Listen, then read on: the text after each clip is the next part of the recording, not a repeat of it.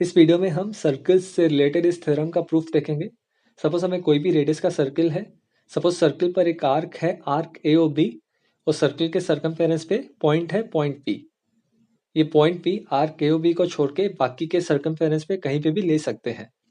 Suppose arc A O B X measure का angle subtend कर रहा है सर्कमफेरेंस पे पॉइंट पी पर, तो हमारे थ्योरम की स्टेटमेंट कहती है कि सेम आर्क सर्कल के सेंटर पे इसके डबल मेजर का एंगल सबटेंड करेगा, और यही हमें प्रूव करना है। तो हमें प्रूव करना है सेंट्रल एंगल ऑफ आर्क के ओ बी, इसका मेजर है 2x। सपोज सर्कल का सेंटर है C। प्रूफ में सबसे पहले हम पॉइंट P को सेंटर C से स्ट्रेट लाइन सेगमेंट से कनेक्ट करेंगे, और इसी लाइन सेगमेंट को C से थोड़ा सा एक्सटेंड करेंगे से पॉइंट D तक, जैसे कि PCD एक सिंगल स्ट्रेट लाइन सेगमेंट है।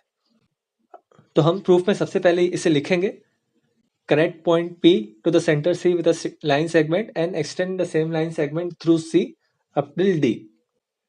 अभी हम ट्रायंगल ACP पे ध्यान देते हैं। ट्रायंगल ACP में साइड CP सर्कल की रेडियस है और साइड CA भी सर्कल की रेडियस है, सेम सर्कल की रेडियस है, मतलब इन दोनों साइड्स की लेंथ इक्वल है ट्रायंगल में।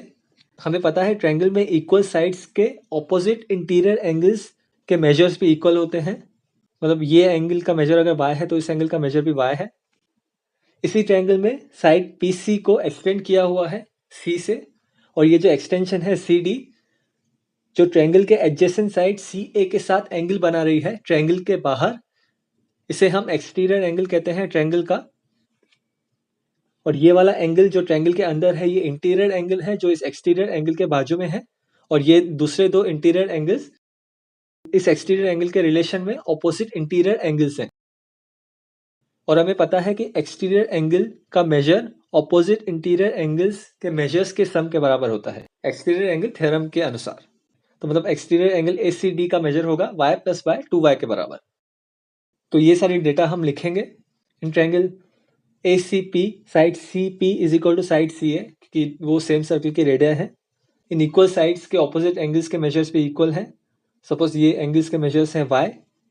ट्रायंगल ACD एक्सटीरियर एंगल है ट्रायंगल का, तो एक्सटीरियर एंगल थ्योरम से इस एंगल का मेजर होगा ऑपोजिट इंटीरियर एंगल्स के मेजर्स के सम के बराबर y + y 2y। उसी तरह से हम अगर ट्रायंगल BCP में ध्यान देते हैं, इस ट्रायंगल में भी साइड CP और CB की लेंथ सेम है क्योंकि वे सेम सर्कल की रेडिया है। इक्वल साइड्स के ऑपोजिट इंटीरियर एंगल्स के मेजर्स भी इक्वल होंगे, तो अगर इसमें एंगल का मेजर है Z तो इस एंगल का मेजर भी होगा Z।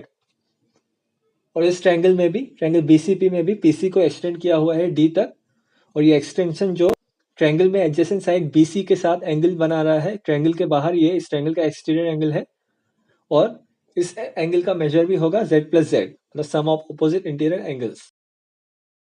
इस ट्रायंगल के लिए भी सारी इंफॉर्मेशन हम लिखेंगे जैसा हमने ट्रायंगल ACP के लिए लिखा था। अभी अगर हम पॉइंट P पे ध्यान देते हैं तो ये पूरा एंगल है X। याद कीजिए आर्क के ओ बी X मेजर का एंगल सबटेंड कर रहा है पॉइंट P पर। सेगमेंट PCD इस एंगल को X को दो पार्ट्स में डिवाइड कर रही है। इस लेफ्ट पार्ट का एंगल मेजर है Y, और राइट पार्ट के एंगल मेजर को Z बोला है। तो पूरा X है और ये Y है, ये Z है। हम देख सकते हैं यहाँ पे X = Y + Z। ये same segment PCD central angle of arc के ओ बी को भी दो पार्ट्स में डिवाइड कर रही है। इस लेफ्ट पार्ट का एंगल मेजर 2y निकला है और इस राइट पार्ट का एंगल मेजर 2z निकला है। तो ये डेटा भी हम लिखेंगे x = y + z, और सेंट्रल एंगल ऑफ आर्क के ओ बी = 2y + 2z। यहाँ से 2 फैक्टर कॉमन फैक्टर निकलेगा, तो हमें मिलेगा 2 × y + z। तो y + z x के बराबर है, अभी हमने देखा। तो सेंट्रल एंगल ऑफ आर्क के ओ बी 2x के बराबर है, और यही हमें प्रूफ करना है। हमें प्रूफ करना था कि अगर आर्क के ओ बी X मेजर का एंगल सबटेंड कर रही है किसी भी पॉइंट पे, तो सेंटर पे सेंट्रल एंगल ऑफ आर्क के ओ बी 2x के बराबर है।